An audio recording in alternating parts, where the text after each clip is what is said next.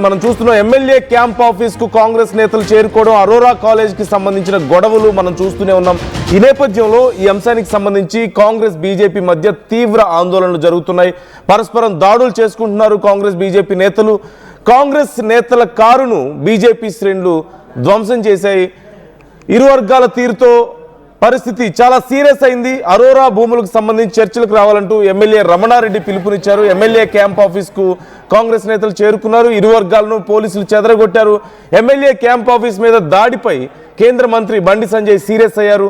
కామారెడ్డి బయలుదేరారు. ఇప్పటికే BJP chief Ramachandra Rao Hyderabad Gandhi Bhavan ఎదుట బీజేపీ ఆందోళన చేపట్టింది. గాంధీ భవన్ ముట్టడికి బీజేవైఎం కార్యకర్తలు ప్రయత్నించారు. బీజేపీ నేతలను పోలీసులు అడ్డుకోవడం, పోలీసులకు బీజేవైఎం కార్యకర్తల మధ్య తీవ్ర వాగ్వాదం చోటు చేసుకోవడం మనం చూస్తూనే ఉన్నాం. బీజేవైఎం కార్యకర్తలను పోలీసులు అదుపులోకి తీసుకున్నారు. అఫ్జల్గంజ్ పోలీస్ స్టేషన్ కు బీజేపీ నేతల్ని తరలించినట్లుగా తెలుసు.